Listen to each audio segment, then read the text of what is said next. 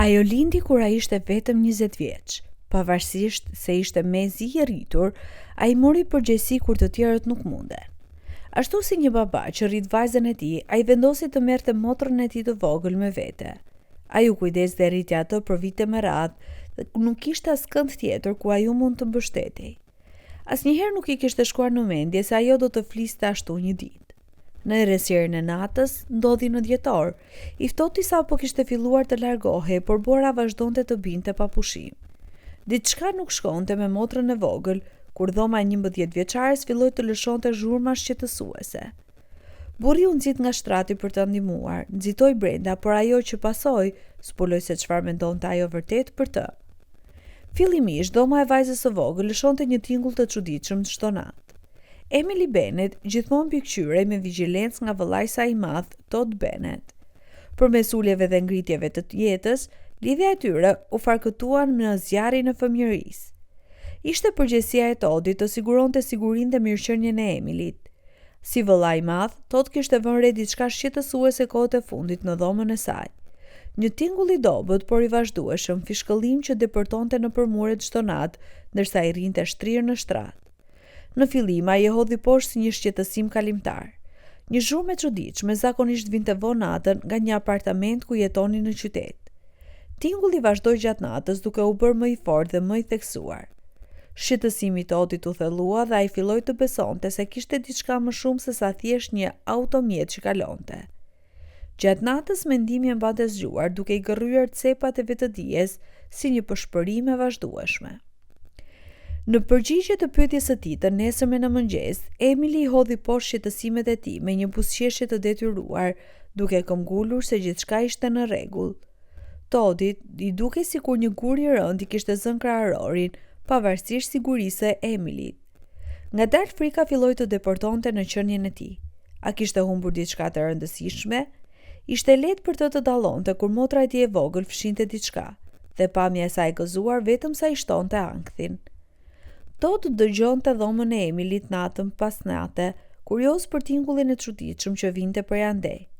Pas një nate në dhomën e saj, ai hyri, duke ditur se nuk mund të rrinte duar kryq. Pamja që do të shinte nuk ishte ajo që priste. Teksa u tërhoq mbrapa, ai u lut zemrës së tij të qetësohej. Guximi dhe kontrolli ishin thelbësor për të. Nuk ishte asnjë mënyrë që ai të humbte motrën e tij të vogël. Nuk mund të ishte dorë nga ajo tani që ajo kishte gjithçka. Ishte sikur zemra e Toddit rrinte në kraharorin e tij ndërsa veproi menjëherë. Pavarësisht lotëve të nxehtë që i pickonin syt, ai refuzoi t'i linte të binin. Pavarësisht duarve të tij që dridheshin, ai bëri çfarë mundi. Ndërsa telefonoi autoritetet, ai vetëm shpresonte që ata të mbërrinin në kohë. Në vetë që të lejonte diçka t'i ndodhte motrës së tij, ai do të vdiste i pari. Mirësia e tij do të shpërblej së shpejti nga vajza. Kur Todd mori Emily në jetën e tij, ai ishte vetëm 21 vjeç. Papritur ai u përball me një përgjegjësi të frikshme. Ishte pamundur për nënën e Emily të kujdesej për të fizikisht dhe mendërisht, një abuzuese me substanca. Babai i Emilit ishte i papërshtatshëm për prindërim. E vërteta ashpër për temperamentin e njerëkut të Toddit e çoi Toddin në një udhëkryq në vitin e 2 të kolegjit. Kur Todd kuptoi se Emily ishte në rrezik, ai shpejt e largoi nga shtëpia e tyre e trazuar. Stuhia që zgjente brenda familjes së tyre detyroi atë të merrte me vete në konfliktin e kolegjit.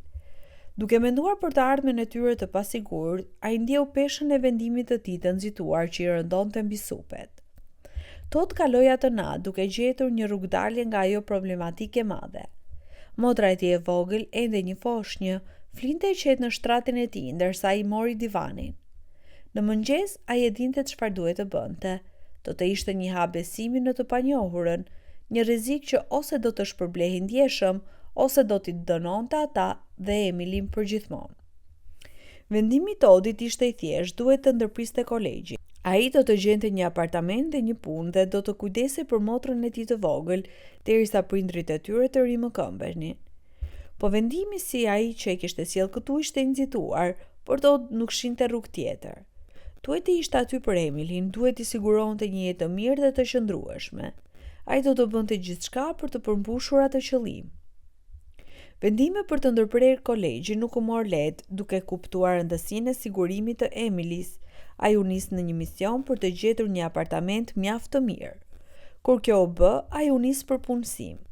Çdo sakrificë që bëri drejtohej nga një qëllim i vetëm, të mbronte dhe të rriste motrën e tij të vogël, e cila mbështeti vetëm tek ai për stabilitet dhe dashuri. Si kujdestari ligjor i Emilis, Todd u zhyt në ndërlikimet e prindërimit me vendosmëri dhe zell. Ai përpiu libra prindërimi, kërkoi këshilla nga grupet e mbështetjes dhe përqafoi sfidat që vinin me rritjen e një fëmije. Pavarësisht ronditjes fillestare të marrjes së një roli të tillë në moshë të re, dashuria e Toddit për Emilin u rrit pa kufi. Po çdo ditë ishte një luftë, por ai ishte i lumtur që po i bënte të gjitha për qëllim të rëndësishëm. Ditët kalonin ngadalë, disa të mira dhe të tjera të vështira. Edhe pse Emili teknikisht ishte motra e tij, Todd filloi ta shinte atë përmes një lenteje tjetër si vajzën e tij. Lidhja që ndanin te kalonte lidhjet e thjeshta familjare.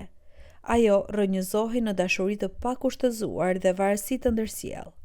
Zemra e Toddit mbushej me dashuri sa herë që shikonte sytë e pafajshëm të Emili. Pavarësisht sfidave që hasën, Todd arriti të siguronte një punë të qëndrueshme që u mundësoi një jetesë modeste por të rehatshme. Me të ardhurat e fituara me mund, ai mori me qira një apartament komod në qytet dhe regjistroi Emili në një shkollë të mesme publike me reputacion. Ai madje u kthye në kolegj dhe përfundoi diplomën. Shpresa ndiste në zemrën e Toddit, ndërsa guxonte të ndërronte për një të ardhme më të ndritshme për të dy.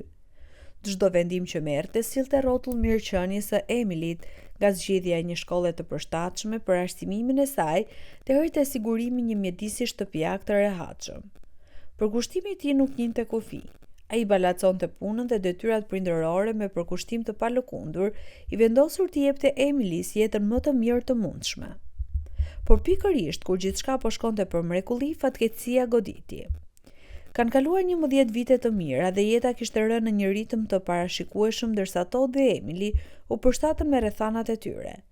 Mëngjeset ishin të mbushura me mëngjese të nxituara dhe përgatitje për shkollë, ndërsa mbrëmjet ishinin duke parë histori dhe të qeshura gjatë darkës. Pavarësisht mungesës së prindërve të tyre, familja ishte improvisuar, lulëzonte në dashuri dhe qëndrueshmëri. Por papritur, një tingull i çuditshëm filloi të dilte nga dhoma e Emilis së vogël. Dërsa Todd qëndronte në pragun e dhomës së Emilis, zemra i rinte në krahëror si një daulle e pandalshme. Ai hapi derën ngadalë, kërcitja që i jahonte në apartamentin e heshtur. Ajo që pa brenda e ngriu në vend. Emili rrinte shtrirë në shtrat, trupi i saj i vogël ishte i tronditur nga kollitjet dhe fytyra e saj ishte skuqur nga ethet. Fishkëllima që e mundonte Toddin tani ishte më fort, më e dhimbshme. Frika i pushtoi shpirtin ndërsa nxitoi pranë Emilis. Duart e tij dridheshin ndërsa kontrollonte temperaturën e saj. Ishte rrezikshmërisht e lartë. Paniku kërcënoi ta konsumonte ndërsa kuptoi peshën e situatës. Emilis i duhej ndihmë dhe i duhej shpejt. Me vendosmërinë që i forconte qëllimin, Todd e mori motrën e tij të vogël në krah dhe doli me vrap nga apartamenti. Mendja e tij ishte mbushur me një mendim të vetëm, ta shpëtonte me çdo kush. Çdo hap që Todd merrte duke si një përjetësi ndërsa zbriste shkallët. Frymëmarrja e mundimshme e motrës së tij ishte një kujtim i vazhdueshëm i urgjencës së situatës. Ai e dinte se duhet të vraponte shpejt. Çdo sekondë ishte e çmuar. Duke arritur në katin përdet, Todd shpërtheu nga dera dhe doli në ajrin e freskët të natës. Konfuzioni i kishte bindur se motrës së tij i duhej ajër të pastër, kur ajo kishte nevojë për ndihmë mjekësore të menjëhershme. Pesha e Emilis ndihej më e rëndë me çdo çast që kalonte, trupi i saj dridhej në krahët e Toddit. Ai mund të ndjente dëshpërimin e saj, lutjen e saj të heshtur për lehtësim, nga kapja mbytëse e sëmundjes së saj. Por Todd refuzoi të linte dëshpërimin të merrte kontrollin. Kjo gjendje mendore i tha ta kthente motrën e tij brenda në shtëpi. Me vendosmëri të palëkundur ai vazhdoi, zemra i rinte në ritëm me frymëmarrjen e mundimshme të Emilis. Më në fund, Todd solli motrën e tij në dhomën e tij. Fryma e tij vinte në ngulçe të rënda, ndërsa shtriu Emilin butësisht në shtrat. Me duar që dridheshin, zgjati dorën për inhalatorin emergjent që kishte fshehur për një rast të tillë. Ndërsa administroi ilaçin, Todd ndjeu një val shprese që i përmbyti venat. Ai lutej në heshtje që të maftonte për të lehtësuar vuajtjet e Emilis, qoftë edhe për një çast. Me frymëmarrjen e Emilis që filloi të lehtësohej, Todd e dinte se nuk mund të mbështete vetëm te inhalatori. zgjati dorën për telefonin. Gishtat e tij fluturonin mbi ekran derisa telefonoi shërbimet e urgjencës. Zëri i tij ishte i qëndrueshëm ndërsa shpjegonte situatën. Zemra i rrinte në krahëror ndërsa i lutej të nxitonin. Ndihma po vinte për çdo sekondë që kalonte duke si një përjetësi. Ndërsa priste ambulancën të mbërrinte, ai ul pranë Emilis. Dora e tij e shtrëngonte fort të sajën. Ai mund të ndjente lëkurën e saj të nxehtë nga ethet në prekjen e tij, një kujtim i ashpër i gjendjes së saj të brisht. Pavarësisht përpjekjeve për të qëndruar i qetë, frika i gërryente brendësinë e Todd. Ai lutej në heshtje që mjekët të mbërrinin shpejt, të merrin Emilin në siguri. Më në fund, ulërima e sirenave çau natën duke sinjalizuar mbërritjen e ambulancës. Zemra e Todd ngriu me lehtësim, ndërsa nxitoi t'i linte të hynin. Sytë e tij luteshin që të shpëtonin motrën e tij. Mjekët vepruan shpejt, lëvizjet e tyre të shpejta dhe të praktikuara vlerësonin gjendjen e Emilis. Me duar të buta ata e ngritën atë në një barel, gati për ta transportuar në spital. Ndërsa Todd udhëtonte në ambulancë pranë Emilis, media e tij vraponte me kujtime të fëmijërisë së tyre së bashku. Ai kujtoi të gjitha herët kur e kishte kujdesur për të, mbrojtur, dashur si një baba.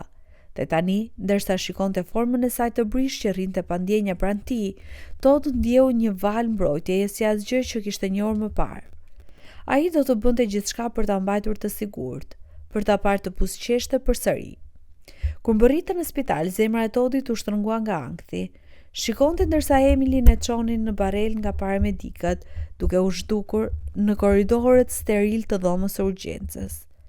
Dëshironte t'i ndiqte, të qëndronte pra saj derisa të dilte nga rreziku, por gjithçka që mund të bënte ishte të priste. Duart e tij ishin të shtrënguara në grushte anash, ndërsa lutej për shërimin e saj të shpejtë. Ndërsa Emilin e çoni larg, ajo u kthye nga Todd me një buzëqeshje të dobët.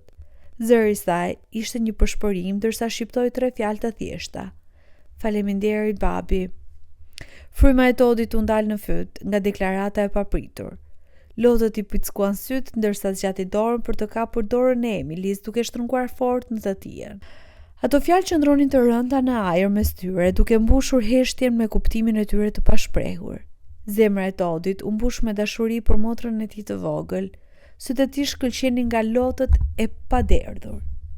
Në atë çast ai kuptoi sa shumë do të thoshte Emili për të, sa shumë do të sakrifikonte për ta mbajtur të sigurt. Ajo ishte bota e tij, gjithçka e tij dhe ai do të bënte gjithçka për ta mbrojtur.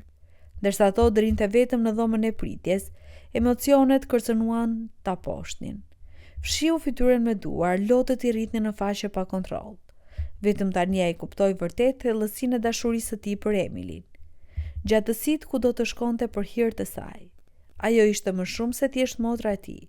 Ajo ishte vajza e tij në çdo kuptim të fjalës. Ai ishte i lumtur që edhe Emili shinte kështu. Për fat të mirë, mjekët nuk gjetën asgjë alarmante për shëndetin e saj. Todd nuk mund t'i falenderonte yjet e tij me fat sa duhej.